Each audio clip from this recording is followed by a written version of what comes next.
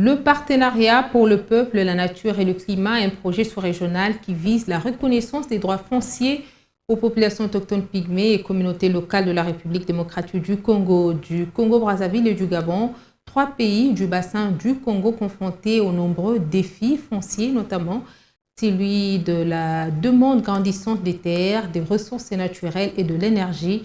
Le lancement est intervenu lors de l'ouverture de l'atelier sous-régional à Kinshasa. Le peuple, le climat, la biodiversité, une trilogie écologique qui doit impérativement s'appuyer sur le droit foncier pour atteindre les objectifs mondiaux.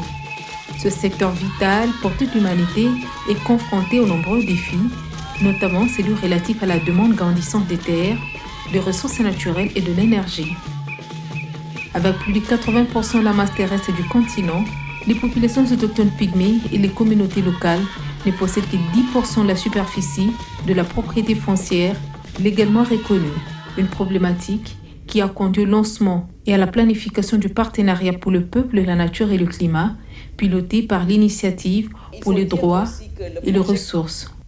Donc on s'est dit que ce projet qu'on va lancer, ça va permettre non seulement de renforcer la capacité des organisations locales, des peuples autochtones et des communautés locales, mais aussi ça va leur permettre de mieux faire leurs activités de conservation sur le terrain.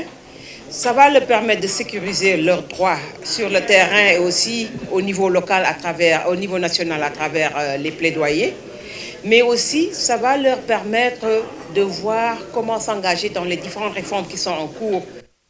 Le partenariat pour le peuple et la nature et le climat, une reconnaissance des droits fonciers des populations autochtones pygmées, des communautés locales, de peuples d'ascendance africaine et des femmes au sein de ces communautés du bassin du Congo.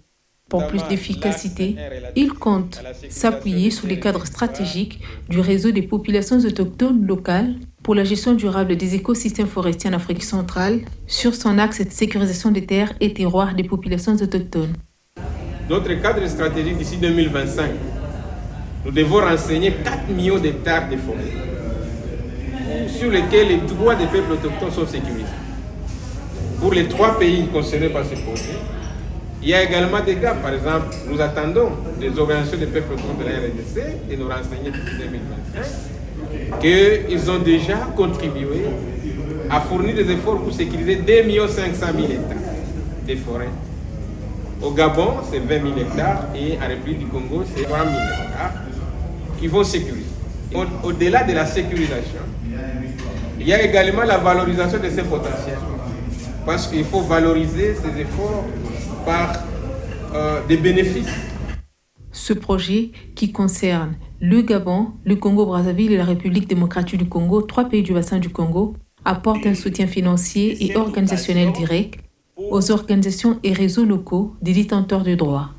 Les peuples autochtones sont les gardiens de la forêt, c'est-à-dire que nous devons rester dans ça.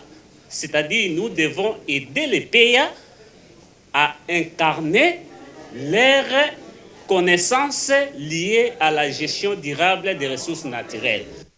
Le partenariat pour le peuple et la nature et le climat est voulu gagnant-gagnant par la vice-primature du ministère de l'Environnement et du Développement durable pour plus de résultats. Le ministère de l'Environnement amène une nouvelle vision que quand vous voulez impliquer le peuple, que ce soit les peuples autochtones ou les communautés locales, dans les secteurs de forêt, il faut qu'il y ait changement et amélioration des conditions de vie de ces populations-là. Parce qu'il y a un partenariat. Qui dit partenariat, c'est gagnant-gagnant.